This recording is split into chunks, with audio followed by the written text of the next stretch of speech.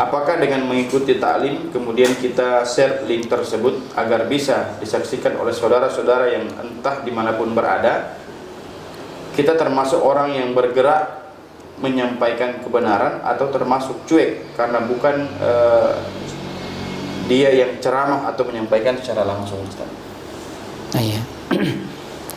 Bismillah, alhamdulillah, wassalatu wassalamu rasulillah wa ala alihi wa sahabatihi wa man tabi'ahum bi ihsanin ila yaumil amma ba'd. Jadi terkait masalah berdakwah ini, yang pertama tentu tidak dibatasi hanya dalam bentuk tutur kata, ya, tidak dibatasi. Dalam dakwah itu ada dua secara umum. Yang pertama disebut dengan ad-da'watu bil maqal wa ad-da'watu bil hal.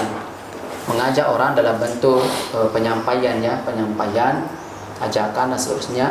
Yang kedua bil hal, dengan keteladanan. Ya, kesemuanya adalah satu di antara sebab dengannya ketika terjadi kebaikan pada sisi orang dengan melihat keadaan kita berupaya mempraktekkan adil ini atau menyampaikan risalah disesuaikan dengan keadaan kita, maksudnya kita mempraktekkan dan kita ajak orang lain, maka insya Allah itu satu di antara momen dalam kehidupan kita untuk mendapatkan kebajikan. Nah, sekarang tidak semua potensi dan kemampuan orang sama. Ada orang bisa menyampaikan dalam bentuk kata-kata, ada orang yang kebiasaannya mungkin mengkopaste, ya.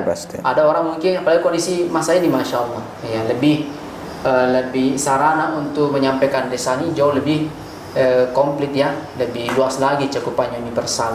Nah, di antara tadi yang ditanyakan, kira-kira kalau hanya mengcopy link tadi untuk sampaikan kepada orang, apakah itu masuk di antara bagian? Sebelum kita jawab itu, kita supaya terjawab dengan bentuk dalil, ya. Nabi Muhammad SAW menyampaikan kepada Ali bin Thalib, dan tentu pembelajaran bagi kita, la ayyahdiyallahu bika.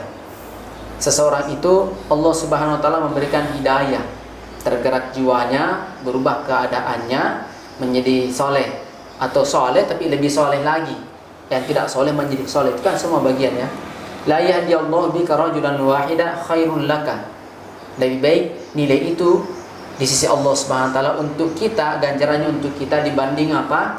Min humrin na'am, dibandingkan unta merah. Ya, ini sering disampaikannya tapi perlu memang diyakinkan. Ini juga pelajaran.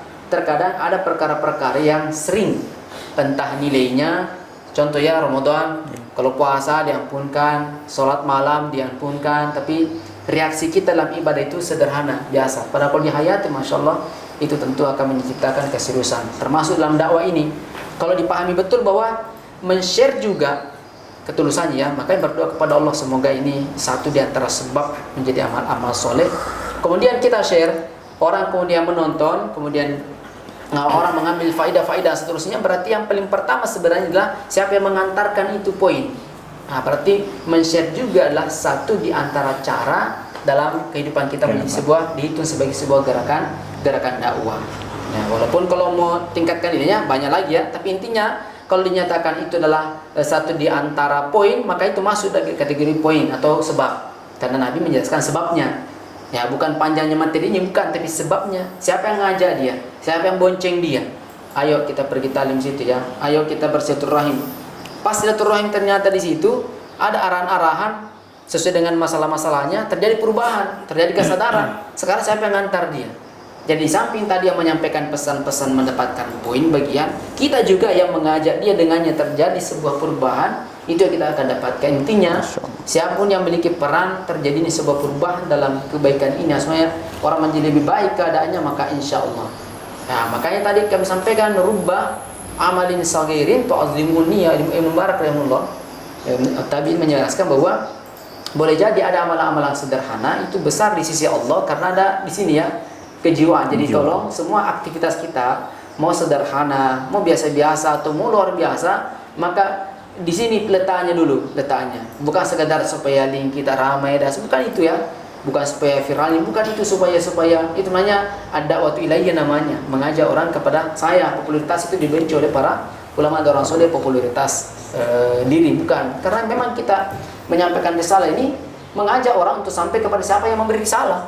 Ya Allah yang menurunkan risalah itu, kita ajak orang kembali kepada sana. Sebenarnya tujuan kita menyampaikan apa, menggunakan dunia maya seperti ini karena kita lihat cakupannya lebih luas. Mudah-mudahan Allah SWT memberikan orang-orang itu nilai kesadaran. Ya, nilai kesadaran. Jadi kalau menjadi sebab, insya Allah akan manfaatkan poin sebagaimana janji Nabi Muhammad SAW. Maka perhatikan saja itu ketulusannya dalam merespon sebuah kebaikan. Bukan sederhana dan besarnya kebaikan, tapi besaran ketulusan itu dalam menyampaikan kebaikan itu yang paling pokok. Karena biar umpamanya ada orang sudah menyampaikan materinya, orang sadar tapi dirinya tidak ikhlas dalam menyampaikan, maka orang mungkin sadar mendapatkan surga, dirinya masih di neraka.